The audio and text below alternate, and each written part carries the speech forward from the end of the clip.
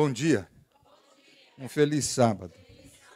Essa igreja aqui é conhecida antiga, né? A gente se conheceu aqui na década de 90, são mais de 30 anos, mas eu fico feliz porque a igreja cresceu. Quanto mais pessoas não me conhecem, é porque vocês, não é? Jesus, através de vocês, estão atraindo pessoas aos pés dele. Que Deus seja louvado. A igreja também, parabéns aqui, porque acho que a última vez que eu tive aqui, eu acho que não tinha aquela parte do fundo, agora ela está muito gostosa da gente participar aqui das programações, da escola sabatina, do culto. E eu trouxe hoje um estudo que, para mim, é um dos assuntos mais básicos das Escrituras. Eu sei que alguns aqui, em algum momento, já ouviram esse estudo, já ouviram esse sermão, mas pergunte-se a si mesmo se você já está praticando o que a gente aprendeu aqui.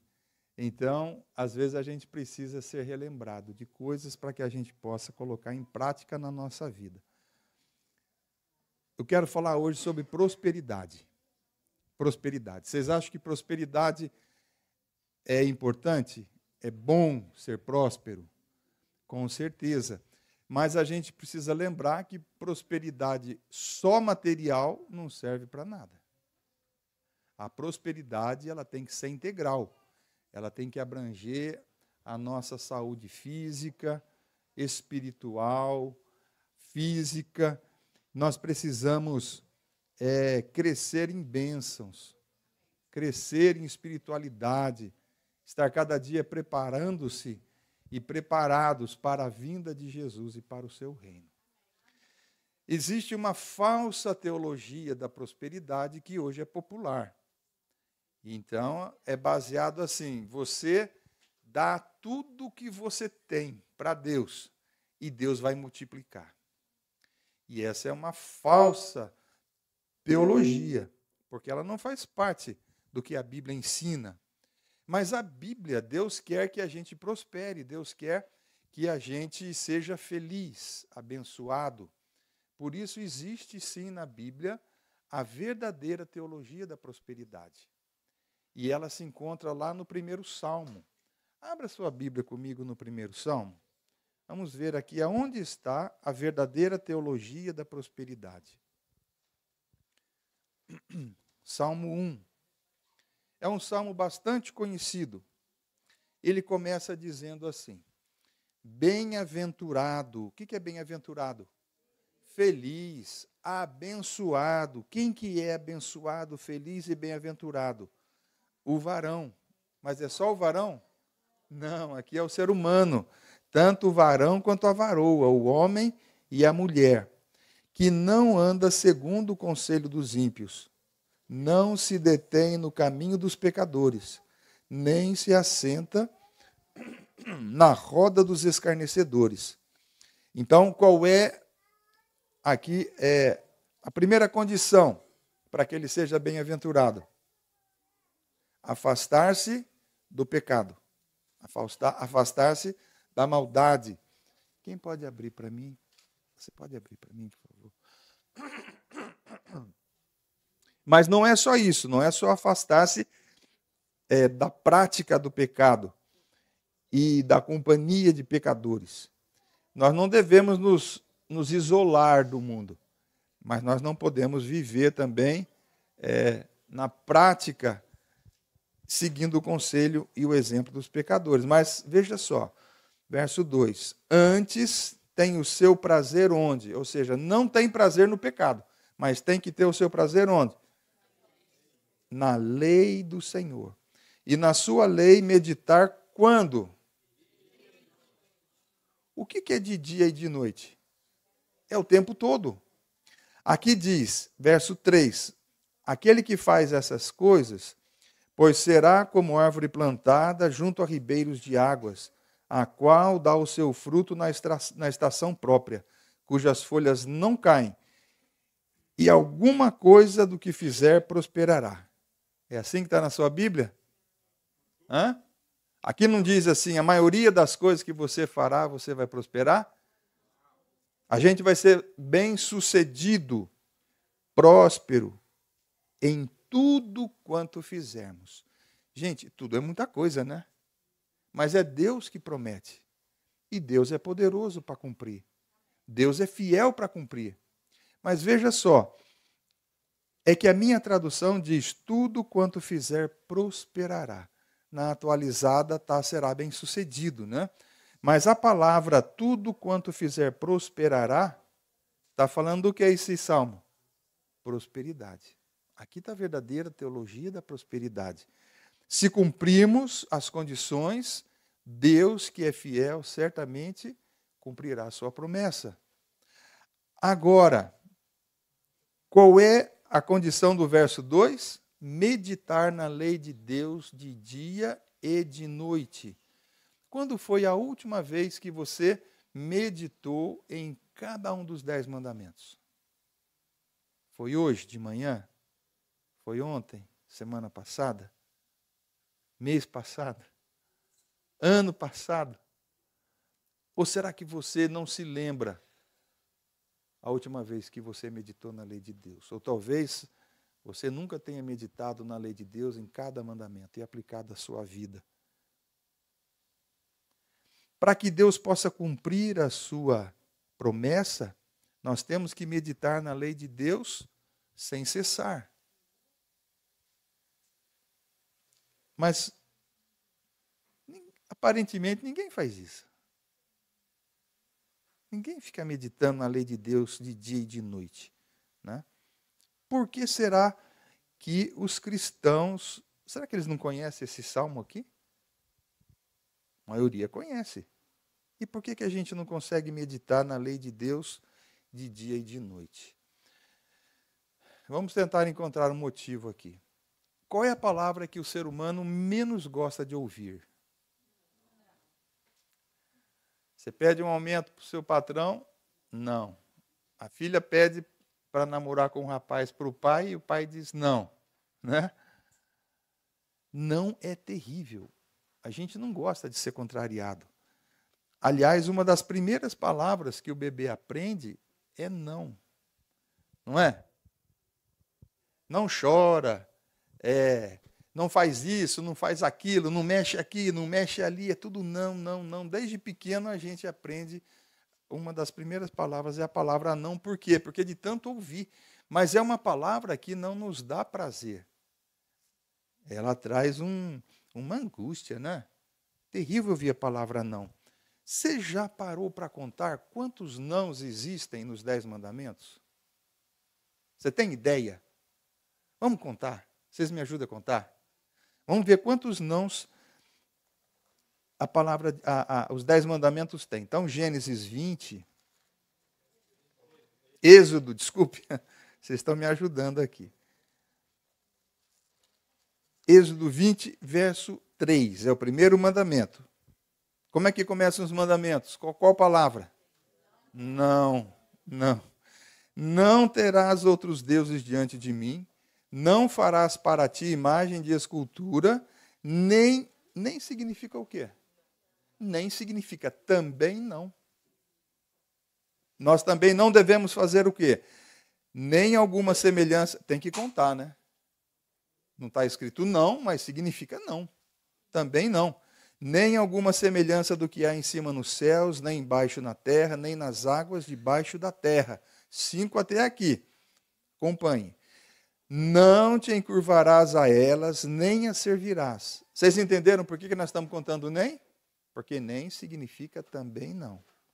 Então, nem as servirás. Porque eu, o Senhor teu Deus, sou Deus zeloso, que visito a maldade dos pais nos filhos até a 3ª e 4ª geração daqueles que me aborrecem. E faço misericórdia em milhares aos que me amam e guardam os meus mandamentos.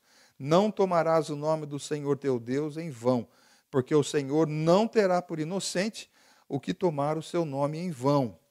Lembra-te do dia do sábado para o santificar. 6 dias trabalharás e farás toda a tua obra, mas o 7º dia é o sábado do Senhor teu Deus. Não farás nenhuma obra, nem tu, nem teu filho, nem tua filha, nem o teu servo, nem a tua serva, nem o teu animal, nem o teu estrangeiro que está dentro das tuas portas. Porque em 6 dias fez o Senhor os céus e a terra, o mar e tudo que neles há.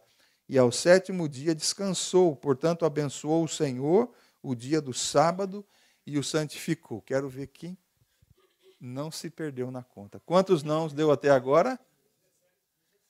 17. Só contar, chegou no 17? Você está correto. Irmãos, primeira tábua da lei, 4 mandamentos, 17 nãos. Dá uma média de quantos nãos por mandamento? 4, dá uma média de 4 nãos.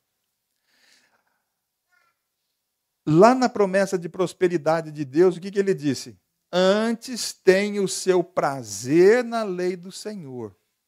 Não é uma palavra que dá prazer? Meditar na primeira tábua em 17 nãos, de dia e de noite, dá prazer? Você já começa a perceber porque é que os cristãos não meditam na lei de Deus de dia e de noite?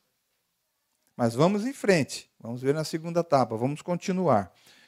Único mandamento que não tem a palavra não. Honra a teu pai e tua mãe, para que se prolonguem os teus dias na terra que o Senhor teu Deus te dá.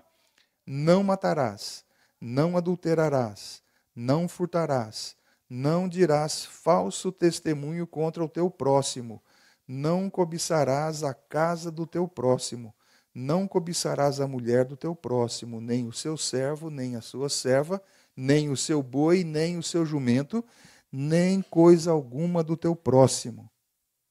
Quantos nãos? 28. 28 nãos. Dá quase um não para cada dia do mês. É muito não. Como que a gente pode ter prazer em meditar de dia e de noite em 28 nãos? Será que Deus não sabe? Deus não sabia, quando Ele deu os 10 mandamentos, que a gente não tem prazer na palavra não? É a palavra que a gente menos tem prazer. Será que Deus errou? Deus não erra. Onde que está o problema? O problema está em que nós... é incrível isso, né? Nós já estamos há 2000 anos, quase 2000 anos, né, do cristianismo, e nós não conhecemos a lei de Deus. Nós não sabemos interpretar a lei de Deus. É por isso que Jesus disse assim: um novo mandamento vos dou. Amar a Deus acima de todas as coisas e ao teu próximo como a ti mesmo.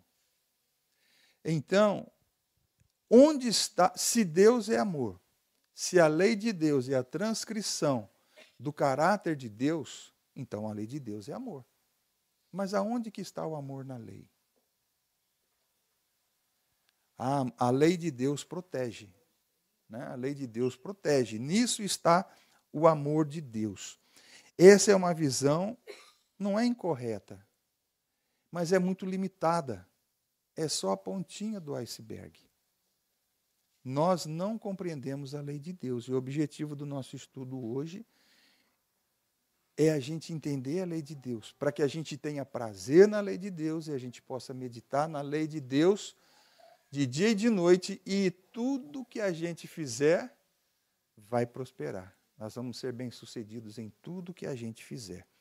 Mas para a gente entender a lei de Deus, a gente precisa da ajuda de alguém. Sozinhos a gente não consegue entender o propósito da lei de Deus, senão aquele que o criou. Então nós precisamos fazer uma oração pedindo ajuda para Deus. O Salmo 119, ele é o maior capítulo da Bíblia. E você vai perceber que ele está bem no coração da Bíblia. O nosso coração fica assim, no centro, um pouquinho para a esquerda, né? Se você abrir no Salmo 119, você vai ver que ele está no centro, um pouquinho à esquerda do centro. E existe aqui uma oração que o salmista fez, porque ele chegou no mesmo dilema que a gente. Senhor, se eu tenho que meditar na tua lei de dia e de noite, tem que haver prazer. Então ele fez a oração aqui do verso 18. E eu espero que seja a nossa oração nesse momento sincera. Senhor, desvenda os meus olhos para que eu veja as maravilhas da tua lei. É o seu desejo? É o seu desejo? Amém. Então, quem pode nos ajudar? O apóstolo Paulo, ele pode nos ajudar. Na segunda carta de Paulo aos Coríntios, no capítulo 3, nós encontramos aqui a explicação. 2 Coríntios capítulo 3 e o verso 6. Vamos tentar entender aqui o propósito da lei. Aqui diz assim, 2 Coríntios 3, 6. Está falando de Deus e de Cristo. Mas aqui está falando de Deus, o qual nos fez também capazes de ser ministros de um novo testamento, de um novo concerto, de uma nova aliança, não da letra, mas do Espírito, porque a letra... Que letra será que ele está falando? Ele está dizendo que a letra mata e o Espírito vivifica. Verso 7, preste atenção. E se o ministério da morte, gravado com letras em pedras, veio em glória, de maneira que os filhos de Israel não podiam fitar os olhos na face de Moisés, por causa da glória do seu rosto. Quando que aconteceu isso? Quando é que Moisés desceu com o rosto em glória? E o rosto dele brilhava mais que o sol, e o povo pediu para ele colocar uma venda, porque eles não conseguiam olhar para Moisés. Moisés esteve 40 dias e 40 noites na presença de Deus, e Deus é luz. Satanás é trevas. E quando Moisés desceu da presença de Deus com as tábuas, as primeiras ele quebrou. Deus pediu que ele voltasse e levasse outras duas. E Deus escreveu de novo os 10 mandamentos. E quando ele desceu e o povo o vê, o que acontece? Ele veio em glória. Ele veio em glória trazendo o que nas mãos? A lei, os 10 mandamentos. Só que aqui diz o seguinte, olha, veja só, verso 7. Se o ministério da morte, gravado com letras em pedras, veio em glória, de maneira que os filhos de Israel não podiam fitar os olhos na face de Moisés por causa da glória do seu rosto, a qual era transitória ou devanecente. O que é devanecente? É uma coisa que vai diminuindo em intensidade até apagar. Moisés não ficou com aquela glória para sempre. Mas aqui também está falando da glória que foi manifestada quando Deus apresentou os 10 mandamentos, as 2 tábuas. As 2 tábuas foram apresentadas em glória. E a glória da apresentação das 2 tábuas, elas foram o quê? Devanecentes, transitória. A lei não é transitória, mas a glória com que a lei foi dada para o povo é que foi transitória. E aqui diz mais: como não será de maior glória o ministério do Espírito?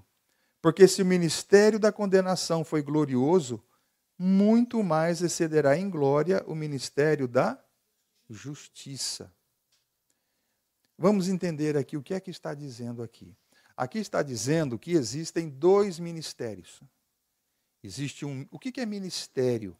Ministério é uma missão. Que a lei, aqui no caso, são 2 missões que a lei precisa cumprir. A primeira missão, o primeiro ministério da lei é o quê? Conforme diz aqui, matar, condenar. A letra mata, aqui chama no verso 7 de ministério da morte, E aqui no verso 9 chama de ministério da condenação. E depois tem um segundo ministério da lei, que é chamado ministério do Espírito ou ministério da justiça. Que dois ministérios são esses? Eu pensava que a lei tivesse uma função só. Então, veja bem, em que sentido a lei mata? Qual é a obra principal do Espírito Santo? Convencer o homem do quê? Do pecado, da justiça. Quem é que usa a lei para realizar os dois primeiros ministérios? Aqui não fala que é para revelar o homem do pecado e da justiça. Aqui não fala que a lei mata e depois vem o ministério do Espírito, que é chamado de ministério da justiça. O mesmo Espírito Santo, ele utiliza a lei de Deus com dois propósitos. Qual é o primeiro propósito? É revelar que todos nós estamos mortos. Por que nós estamos mortos? Naturalmente falando, sem Cristo. Então, a Bíblia diz, lá em Romanos 6, 23, o quê? O salário do pecado é a morte. E Romanos, capítulo 5, verso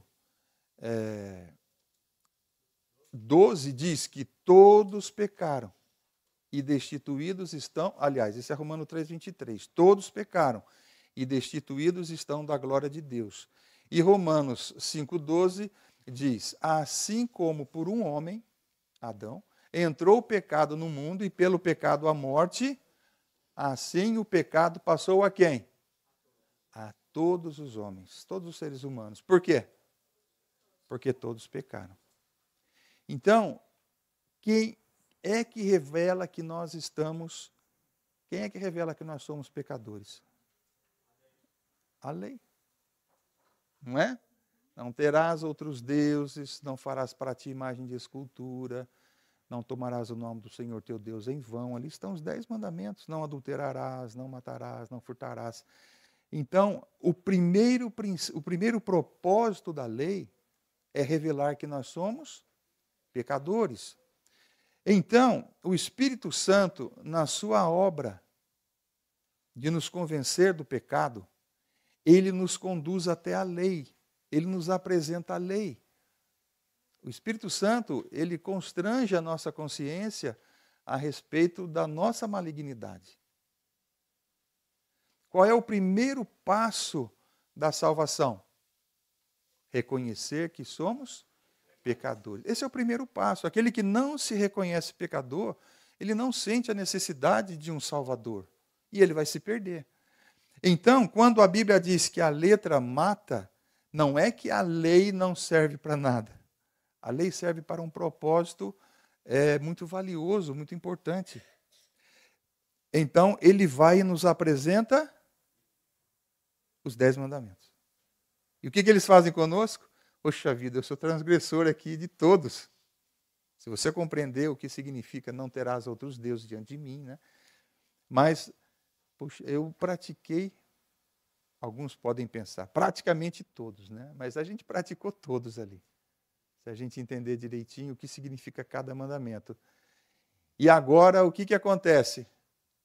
A gente cai prostrado diante de Deus e diz, Senhor, e agora? Eu não quero morrer eternamente. Quero ser salvo. Então, qual é o segundo passo do Espírito? Ele nos convence do pecado. Se reconhecermos que somos pecadores, ele nos convence do quê? Da justiça. Quem é o sol da justiça? Quem é o Senhor justiça nossa? Então, quem é que o Espírito Santo nos apresenta? Jesus. Eis aqui o Cordeiro de Deus que tira o pecado do mundo. Ele morreu para tirar o pecado de todos. Ele pode tirar também o seu pecado. E quais são as condições para que os nossos pecados eles sejam perdoados? Para nós precisamos primeiro nos arrepender e depois confessar. Confessar sem arrependimento É como a confissão de Judas, né? Pequei traindo sangue inocente. Houve perdão para esse pecado? Porque ele não se entristeceu. O arrependimento é tristeza, é vergonha. Arrependimento deve causar uma dor no nosso coração. Quando a gente comete um pecado, a gente tem que entender que esse pecado, ele feriu o coração de Deus.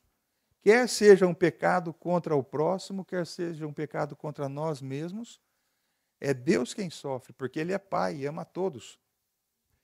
Então vamos lá. Quais são os passos da salvação? São 5, tá? O primeiro, reconhecer que é pecador. O segundo, aceitar a Cristo como Senhor e Salvador.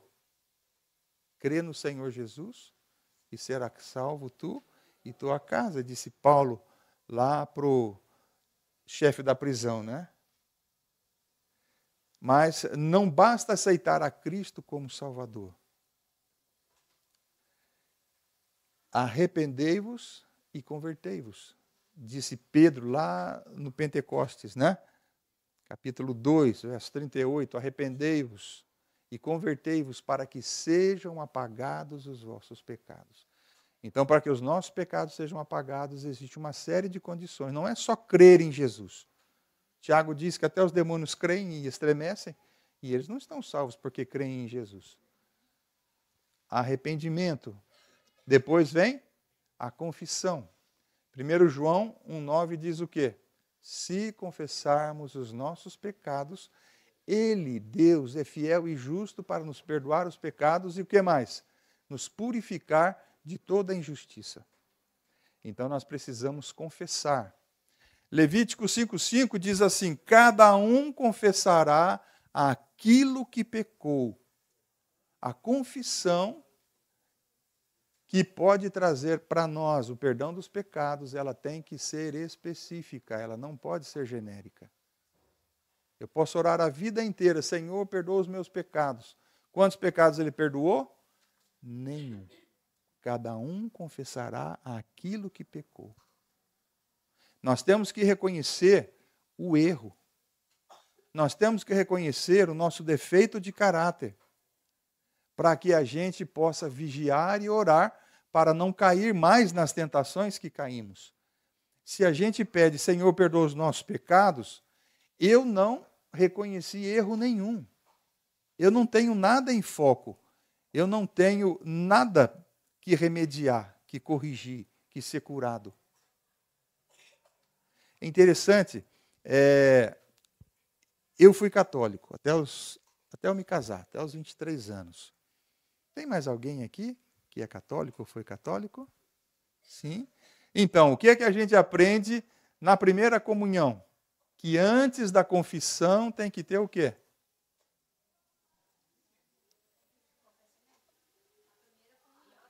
Antes da confissão, antes de você ir para o padre confessar o pecado. Exame de consciência. Tem gente aqui que lembra ainda, né? Exame de consciência. A Bíblia chama de esquadrinhar o coração. Para a gente reconhecer os nossos pecados, os pecados que praticamos, nós precisamos fazer um exame de consciência, nós precisamos observar o nosso procedimento durante o dia. Durante o dia. É interessante porque lá no tabernáculo, todos os dias, às 9 da manhã e às 3 da tarde, ocorria o quê? O sacrifício contínuo. E no sacrifício contínuo era sacrificado um cordeiro. O sangue do cordeiro, ele era levado para dentro do santo, espargido nas 4 pontas do altar de incenso. A brasa do altar era colocada sobre o incensário. Brasa que foi acesa pelo fogo de Deus na inauguração do santuário no deserto. Quando Deus inaugurou o templo de Salomão, foi Deus quem mandou o fogo e consumiu o sacrifício da primeira oferta lá no templo de Jerusalém. Aquela brasa, ela era colocada no incensário e era colocado incenso, que são ervas aromáticas, né? E elas eram tão aromáticas que o acampamento todo sentia o cheiro desse perfume. E esse incenso era colocado em cima do altar de incenso. O sangue do cordeiro nas pontas e o altar de incenso ali. E o que é que o altar de incenso representa? O que é que o altar não? O que é que o incenso representa? Provérbios diz que aquele que desvia os seus ouvidos de ouvir a lei, até a sua oração é abominável. Enquanto o sacerdote apresentava o sangue e o incenso diante de Deus, o que é que o povo de Deus deveria estar fazendo? Ajoelhado, orando. Orando pelo quê? Pelo perdão dos seus pecados. Quantas vezes eles oravam pelo perdão dos seus pecados? 2 vezes ao dia. Para que a oração pudesse chegar até o trono de Deus, que ali era representado pelo Santíssimo, a Arca da Aliança ali, a presença de Deus, era necessário que as orações dos santos fossem misturadas com incenso, porque senão elas não chegariam a Deus. Porque a oração do pecador é abominável. Então, o que é que representava o incenso? Os méritos de Jesus. Jesus é o único que merece de Deus alguma coisa, porque ele viveu uma vida de perfeita obediência a Deus. Então, aquele incenso representava os méritos de Jesus. O povo orando, o sangue derramado e agora a intercessão de Jesus pelo perdão dos pecados. Mas o que eu quero chamar a atenção é que isso era feito 2 vezes ao dia. Se você for esquadrinhar o seu coração só no dia do seu aniversário, você não vai lembrar nada. Se for uma vez por semana no sábado, tem que ser diariamente. Então, o que acontece? O mundo hoje prega e crê que basta crer no Senhor Jesus, aceitar o Senhor Jesus, frequentar uma igreja e você já está justificado e salvo. Quando, na verdade, nós só seremos salvos se tivermos os nossos pecados perdoados. Só seremos perdoados se com arrependimento confessarmos aquilo que pecamos. Isso é uma reforma urgente que a gente precisa na nossa vida. Quando Paulo diz, vigiai e orai, para não cairdes em tentação, é o tempo todo. O Espírito Santo ele sempre avisa quando a gente vai pecar. Não é? Antes de pecar, sempre vem um pensamento, não faz isso. Então a gente tem que ficar atento a essa voz e obedecer. E então, se cumprirmos as 4 primeiras condições, quais são mesmo? Reconhecer que somos pecadores, receber a Cristo como único e suficiente Salvador, se confessarmos os nossos pecados especificamente com arrependimento, o que é que Deus faz? Nos perdoa. E Deus agora, ele vai fazer algo maravilhoso. Eu vou explicar daqui a pouquinho isso daí. Mas é importante a gente entender que existe uma 4ª condição. Qual que é a 4ª condição? A 5ª, a última. Quando aquela mulher foi pega em adultério, colocada lá diante de Jesus, e os acusadores queriam pegar Jesus para que pudessem acusá-los aos romanos ou aos judeus, Jesus começou a escrever na areia, começando pelo mais velho, ele saiu, depois o segundo, o terceiro, e Jesus apagava e escrevia de novo, até que o último foi embora. E Jesus disse, quem nunca pecou, atire a primeira pedra. E o que é que Jesus estava escrevendo na areia ali? Os pecados daqueles homens. É por isso que eles foram saindo. Quando todos saíram, Jesus se vira para a mulher e pergunta o quê? Mulher, onde estão os teus acusadores? Ninguém te condenou? Com certeza ela havia se arrependido, porque estava diante da morte, né? Confessou os seus pecados a Deus, arrependeu-se. E Jesus disse o que para a mulher? Eu também não te condeno. Por quê? Certamente ela havia confessado os pecados a Deus em pensamento. Mas Jesus disse o que mais? Vai, não peques. Vai, não transgridas mais. Vai e obedece a... Onde é que tudo começou? Na lei. Não foi na lei que começou? Quando o Espírito Santo me levou até a lei, ele revelou que eu estava morto, que eu precisava de um Salvador. Ele me conduziu ao Salvador, esclareceu os pontos, as condições necessárias. E quando eu cheguei ao Salvador e ele perdoou os meus pecados, o que o Salvador fez? Me mandou de volta para a lei. Certo? Só que aqui, em 2 Coríntios, então vocês entenderam o ministério da morte? Por que se chama ministério da morte? Muito bem. O ministério da morte, veja bem, eu fui perdoado. Eu estou sem condenação. Deus me trata como se eu fosse justo, como se eu fosse o próprio Jesus. E uma coisa muito importante. Imagine que diante de Deus estão 2 livros lá. Os livros lá no Velho Testamento eram rolos, né? Então, imagine o livro da minha vida. Toda a minha vida relatada ali. Quantos pecados tem ali? Os seus pecados. Quantos pecados tem ali? É um rolo bastante comprido. E tem o seu nome lá, tem o meu nome lá. Mas, à direita de Deus, tem um outro livro, que é o livro da vida de Jesus. E tem o nome de Jesus escrito lá. E o que é que tem nesse livro? Algum pecado? Mas tem todas as boas ações, todos os atos de amor que Cristo praticou na sua vida. O último verso do Evangelho de João diz o quê? Vocês se lembram?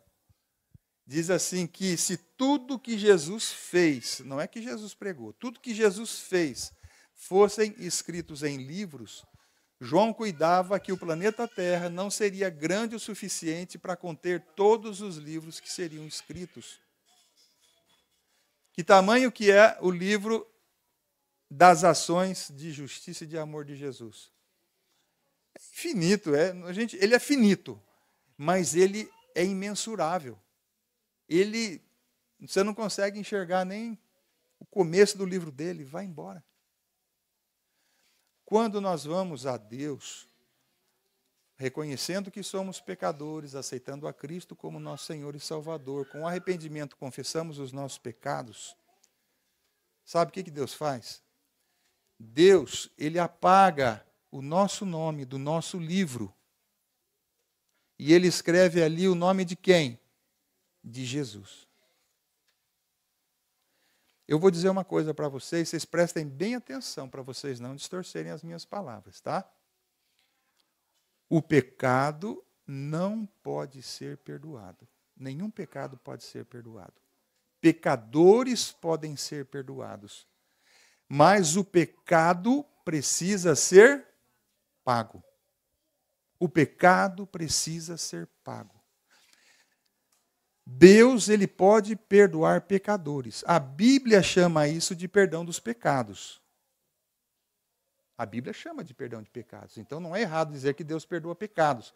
Mas se você for entender o conceito, o pecado, ele não pode ser simplesmente esquecido, enterrado. É uma dívida. E Deus é justo juiz. Alguém tem que pagar essa dívida. Então, quem pagou essa dívida? Quem é que paga essa dívida? Jesus.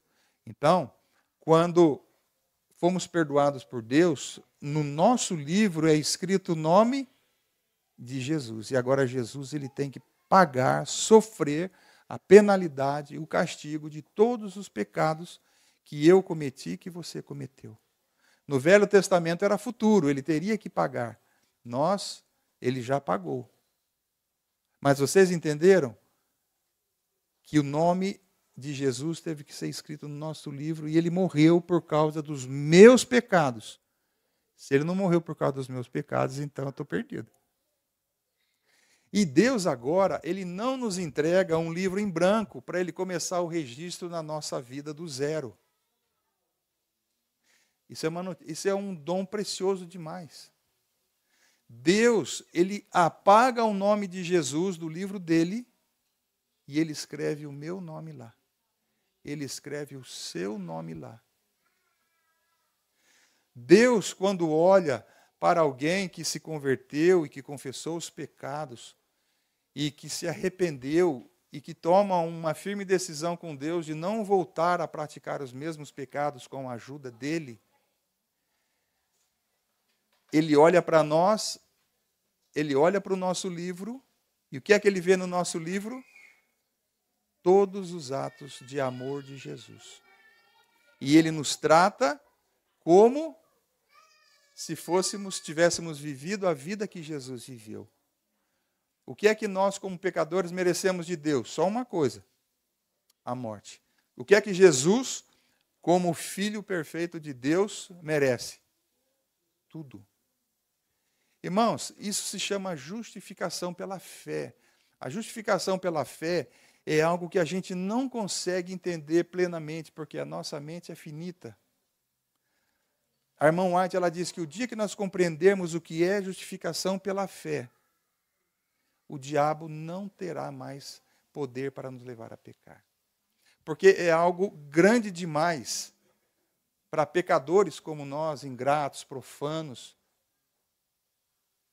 É isso que significa estar vestido da justiça de Cristo. A Bíblia não fala que as nossas vestes são trapo de imundície? Também não fala das vestes de justiça de Cristo que são colocadas sobre nós?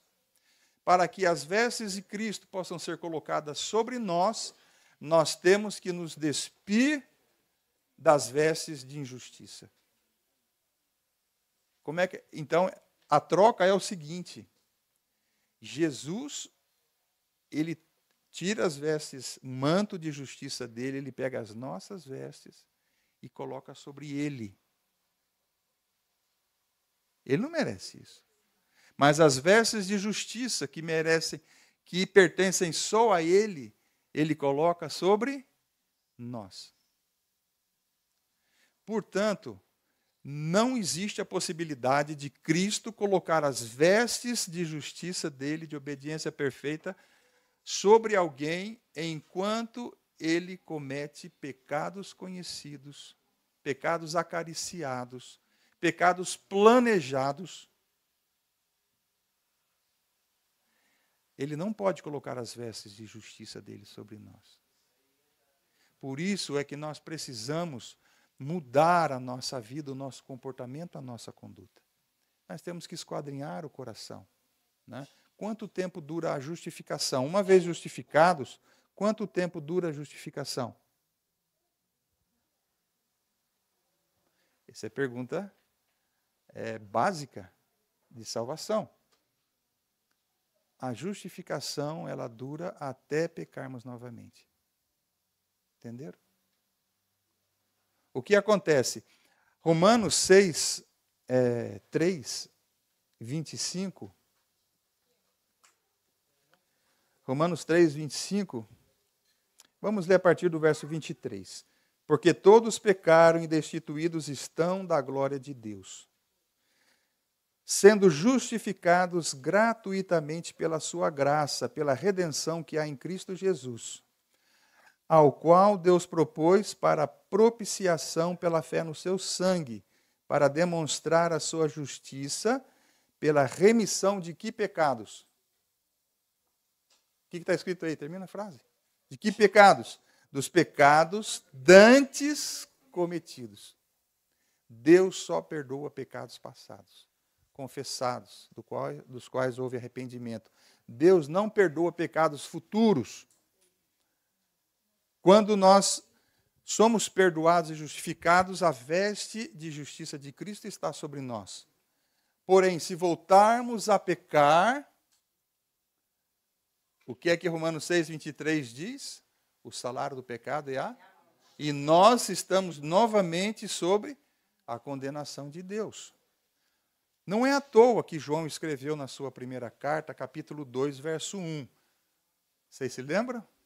Filhinhos, estas coisas vos escrevo para que não pequeis. Mas se alguém pecar, temos um advogado junto ao Pai, Jesus Cristo, o justo. Ele é a propiciação dos nossos pecados, e não só dos nossos, mas do mundo todo. Ou seja, não é porque você pecou que você agora está perdido. Mas é importante a gente entender, é que num passado não muito distante, quando eu entrei na igreja, a gente aprendia assim, que a justificação ocorre no passado, a santificação ocorre no presente e a glorificação ocorre no futuro. Isso não está correto. A justificação é um processo diário. Porque quem é que consegue passar um dia aqui sem tropeçar, sem perder a paciência, a mansidão, domínio próprio?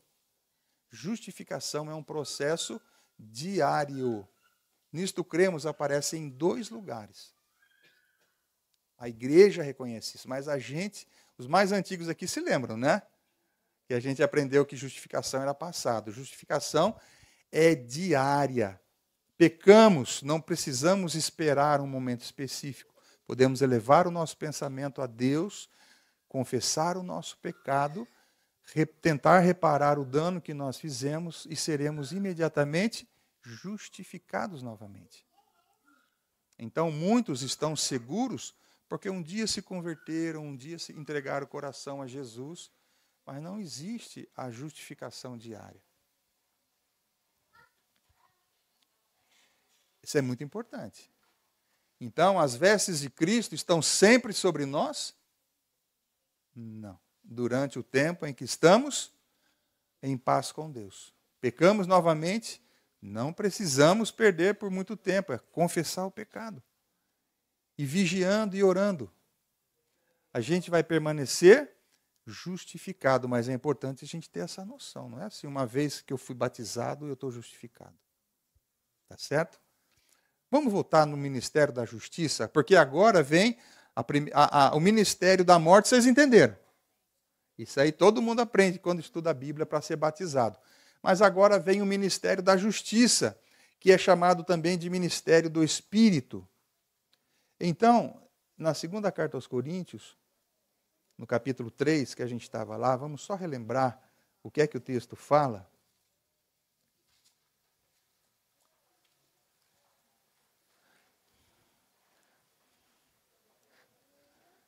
Segundo Coríntios 3.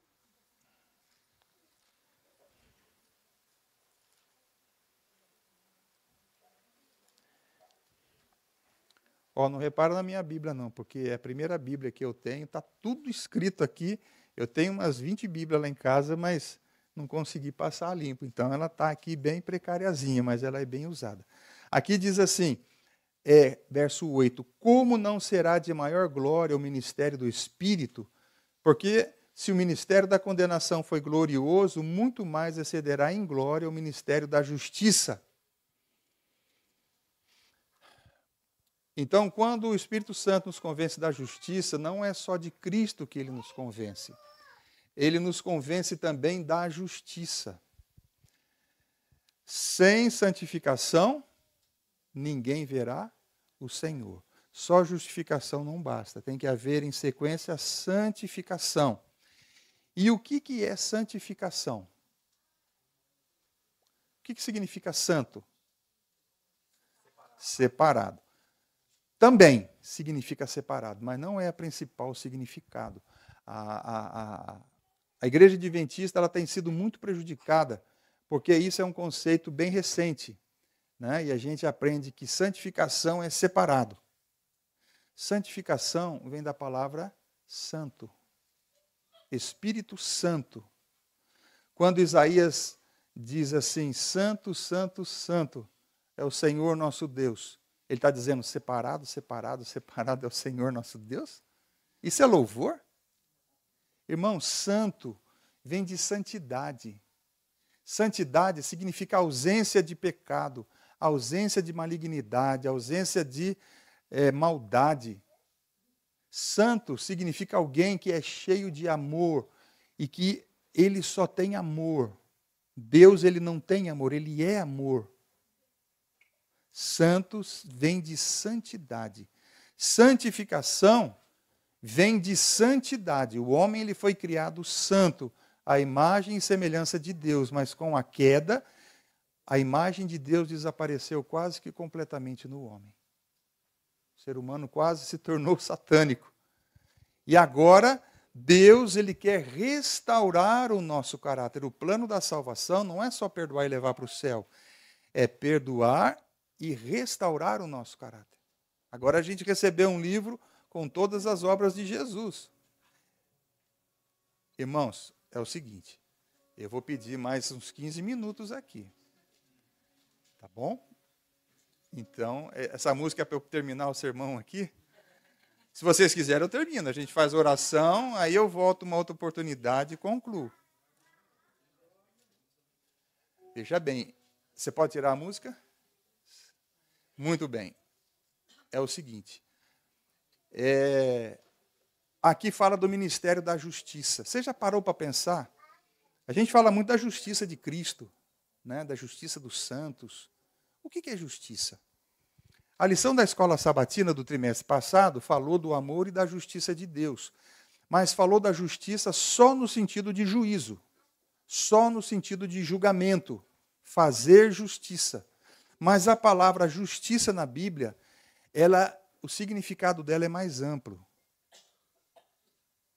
Justiça. O que é injustiça? É inconformidade com a lei. Um juiz que julga injustamente, ele não está julgando de acordo com a lei. Então, o que é justiça? Justiça é conformidade com a lei. Injustiça são atos praticados contra a lei. E justiça são atos praticados em conformidade com a lei. No livro Educação, página 15, a irmã White, ela diz assim, não, maior discurso de Cristo, página 18. Pode anotar, maior discurso de Cristo, página 18.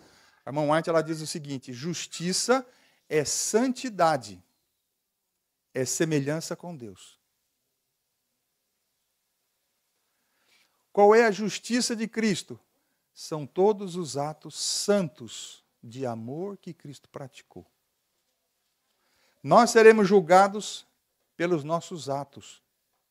Lá em Ezequiel 18, diz que nós seremos julgados pela justiça que praticamos. Se quiser anotar também, está em Ezequiel 18, verso 21. Ezequiel 18, 21. Mas se o ímpio se converter de todos os seus pecados que cometeu, guardar todos os meus estatutos e praticar juízo e justiça, certamente viverá, não morrerá.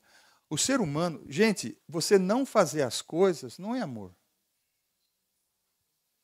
Jesus, ele dividiu a história em antes e depois de Cristo, não é porque ele não adulterou, ele não matou, ele não cobiçou, ele não mentiu. Por que Jesus, ele dividiu a história da humanidade? Pelos atos de justiça que ele praticou. Vocês entenderam? Ninguém jamais foi como Jesus.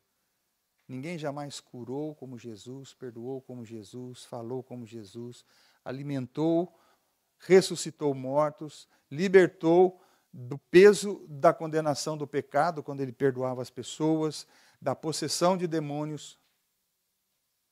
Justiça é agir em conformidade com a lei de Deus. A lei de Deus é a transcrição do caráter de Deus. E se Deus é amor, a sua lei tem que ser amor. Mas aonde está o amor em 28 nãos? Nós precisamos entender que, de maneira geral, todo mandamento, toda ordem, ela pode ser dada de duas maneiras. Ou de maneira negativa ou de maneira afirmativa. Eu posso dizer para vocês, não se levantem. Ou eu posso dizer, permaneçam sentados. Eu usei a palavra não, mas é a mesma coisa, não é? Eu posso dizer, não falem. Ou então, continuem em silêncio. É a mesma coisa. Os 10 mandamentos são 10 ordens de Deus. Elas poderiam ter sido escritas de que maneira? Positiva e negativa. Deus preferiu qual maneira? Em 9 mandamentos ele escolheu a negativa, mas um mandamento ele escolheu a positiva. Deus poderia ter dito, não desonre seu pai e sua mãe, não foi isso que ele fez. Ou seja, cada mandamento, ele pode ser interpretado de duas maneiras. De maneira negativa ou de maneira afirmativa. Cada mandamento é um princípio de amor. Nós temos que, para entender a lei espiritualmente, nós temos que entender o princípio de amor que existe em cada mandamento, que é aquilo que a gente deve fazer de maneira afirmativa. Então, se Deus ele fosse escrever não matarás de maneira afirmativa, como é que Deus diria? Qual que é o contrário de matar? Preservar a vida, curar as feridas, curar a doença, restaurar a saúde espiritual ou física. Então, quando nós vamos meditar no sexto mandamento, não matarás, não é no tirar a vida de alguém que você tem que meditar. Você tem que meditar o quê? No princípio de amor. E qual que é o princípio de amor do sexto mandamento? Nós temos que curar as pessoas. Nós temos que buscar a cura das pessoas, a restauração, a reconciliação, a autoconfiança, fé em Deus. Então, fisicamente, nós temos aqui os remédios da natureza, os tratamentos naturais.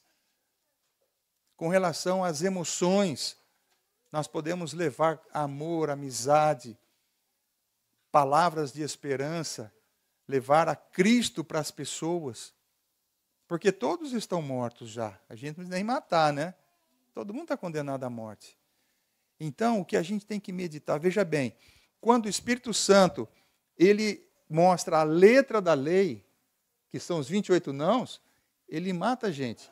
Quando a gente vai até a Cristo, e Cristo manda de volta para a lei, agora começa o ministério da justiça. Justiça é santidade. É conformidade com a lei. E santidade significa amor. E amor só existe em ações. Amor, sentimento para Deus não tem valor. Ah, eu te amo e Jesus também. Eu espero que você consiga sair dessa situação. Ore a Deus que Ele... Isso não é amor. O amor, ele só existe quando atos de amor são realizados. Então, quando o Espírito Santo agora, quando Jesus nos manda de volta a lei, não é para a gente ficar meditando nos 28 nãos. É para a gente meditar nos princípios de amor de cada mandamento. Não adulterarás. Vocês acham que é qual o princípio de amor que envolve o sétimo mandamento? Adultério é entre casais. Então, casais têm filhos. O sétimo mandamento é o mandamento que se relaciona com o amor à família. Quem deve ocupar o primeiro lugar na minha vida? Em segundo lugar, a igreja ou a família? A família. Em terceiro lugar, a igreja. Se eu não passo tempo com a minha família, se eu não tenho amizade com os meus filhos, se eu não tenho tempo com a minha esposa, trabalho dia e noite, não falta nada em casa, eles têm do bom e do melhor. Mas os filhos crescem abandonados, a esposa sozinha. Eu não estou saindo com ninguém, pensando em ninguém, não estou adulterando nem em pensamento. Mas o meu amor está na família? Eu sou ancião de igreja, líder de departamento. E aí o meu tempo é, quando não estou trabalhando, é reunião de comissão, reunião de planejamento, é semana de oração, pregação, preparando lição, e eu não tenho tempo para minha família. O que está acontecendo comigo? Eu estou vivendo em transgressão ou não estou? Sim. De qual mandamento? Do sétimo. Porque o sétimo é o mandamento de amor à família. Não furtarás. Será que eu estou furtando? Eu não furto. Eu sou honesto. Deus nos abençoa mais do que nós precisamos. Para que a gente possa o quê? Repartir. Como é que Deus pede para a gente auxiliar o próximo se Ele não nos der condições? As bênçãos de Deus sempre são mais do que nós precisamos para que a gente possa abençoar. Mas se eu retenho tudo que eu tenho para mim e para a minha família, para os meus planos, meus projetos, o que eu estou fazendo com as pessoas a quem essas bênçãos eram destinadas? Furtando. Eu sou transgressor da lei. Mas nós temos que meditar na lei de Deus de dia e de noite. Em que é que nós temos que meditar? No princípio de amor que envolve cada mandamento. E nós temos que traçar planos com Deus de como tornar, de como demonstrar o amor que Deus tem por essas pessoas, os planos que Deus tem para essas pessoas. Que Deus é um Deus de amor e que é a felicidade de todos. Mas aí vem a doença, vem a inimizade, a briga no casamento, no trabalho, o desemprego. Como é que você vai revelar o amor? Auxiliando os necessitados. Né? É interessante porque o mandamento, não dirás falso testemunho contra o teu próximo. É o 9, né? Qual que é o princípio de amor?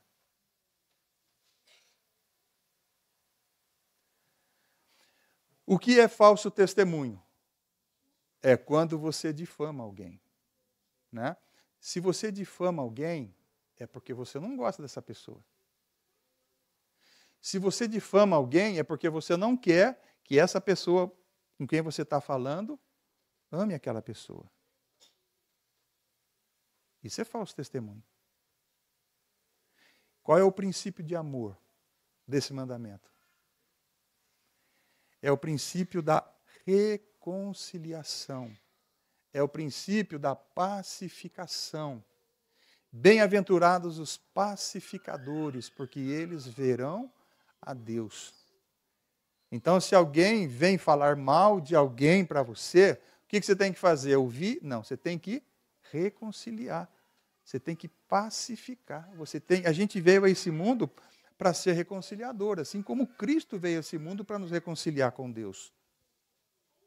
Se a gente olhar ao redor, a gente vai ver todo tipo de sofrimento, em todos os aspectos. Os 10 mandamentos, a letra da lei, ela abrange todos os possíveis pecados, possíveis e imagináveis. Nenhum fica fora dos 10. Mas quando nós olhamos para o espírito da lei, ali tem a solução para todos esses sofrimentos. E nós temos que ser companheiros de Deus, companheiros de Cristo. Nós temos que meditar na lei de dia e de noite. Em que sentido? Os meus pais.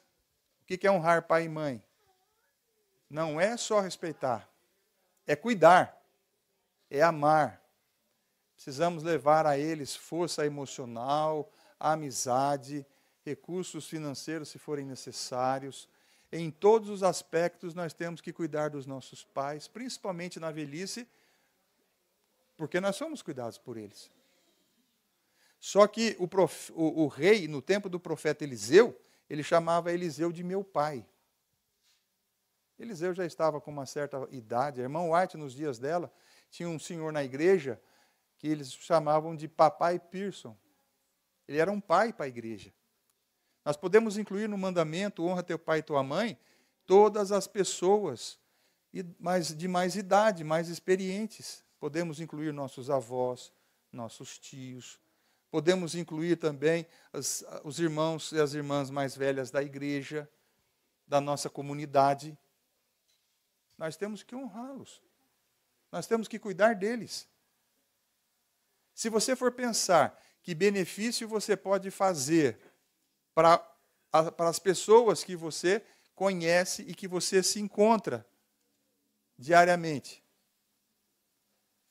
vocês acham que vocês teriam quanto tempo planejar, fazer planos para levar o amor real em ações para essas pessoas? Nós precisamos planejar tempo de qualidade com a esposa. Tem que ser planejado, ele não acontece de repente. Temos que planejar tempo de qualidade com os nossos filhos. Cada um tem uma idade, tem um interesse diferente. Cada um deles precisa da gente individualmente, quer seja pai, quer seja mãe. As pessoas da igreja, quantas pessoas aqui existem na nossa igreja que elas só têm esse convívio social no sábado? Mora sozinha, os filhos não são adventistas, o único momento que elas têm de comunhão é aqui, escola sabatina e culto, e vai embora. Domingo à noite é perigoso, é complicado para vir, quarta-feira à noite. O que a gente pode fazer por essas pessoas? Convide para aumentar, coloque um prato a mais na sua mesa, convide para almoçar com você. Passe tempo de qualidade com essa pessoa. Irmãos, um dia não é nada se a gente for meditar nos 10 mandamentos, na justiça da lei, no amor da lei.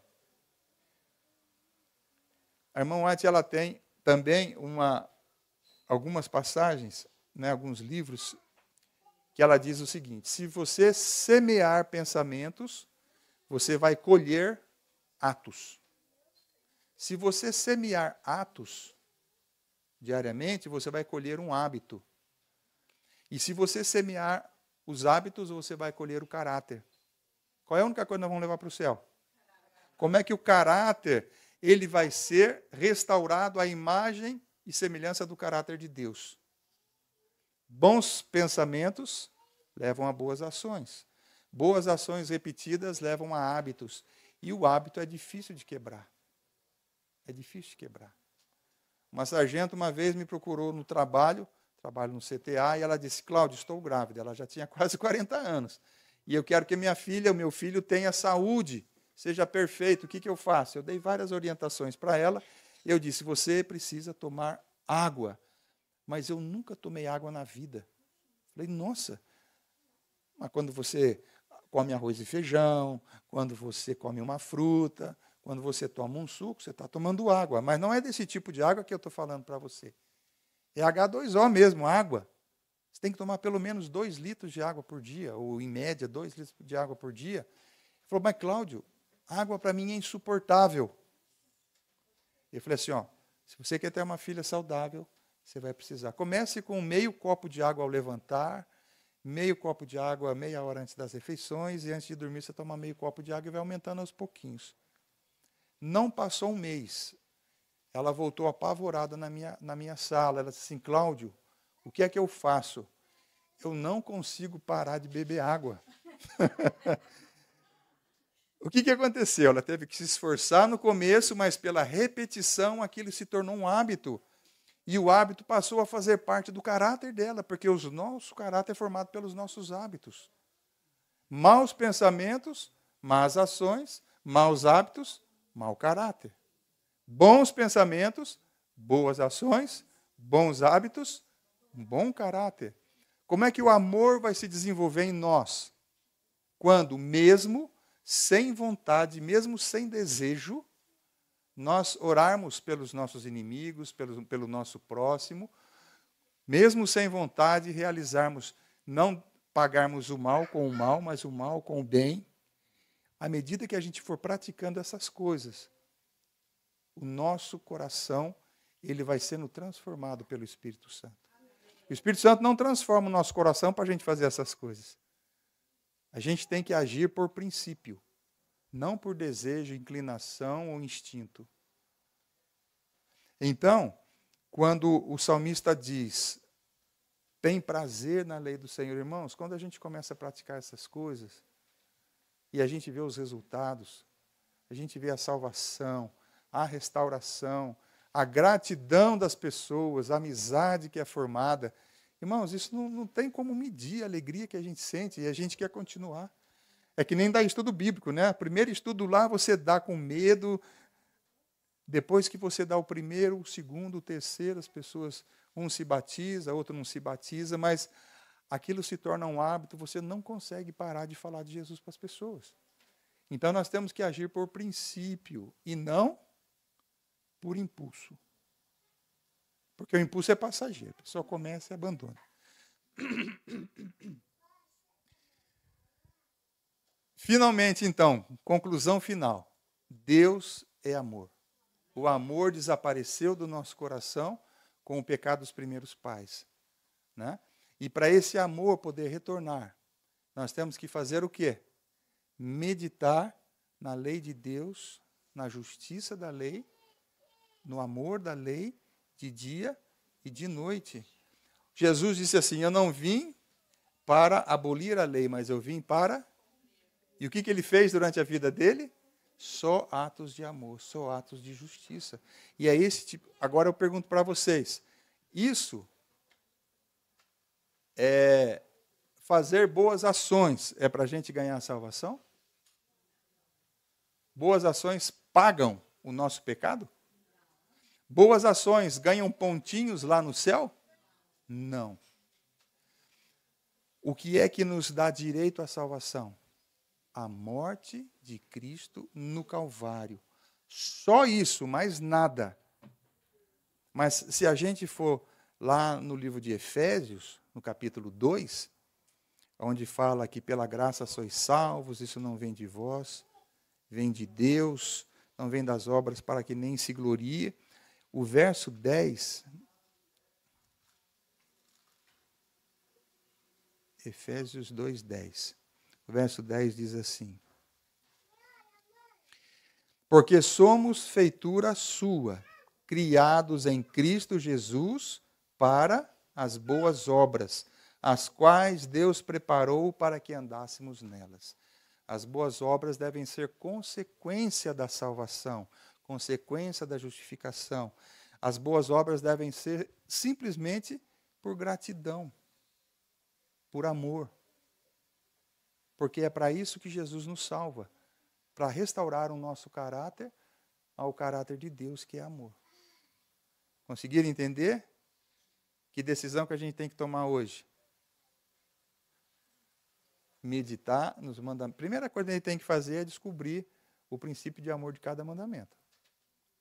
Meditar neles, aplicando às pessoas que nos rodeiam, aos irmãos da igreja, aos familiares, aos vizinhos, na escola, no trabalho. Tá bom? É dessa maneira que tudo que a gente fizer prosperará.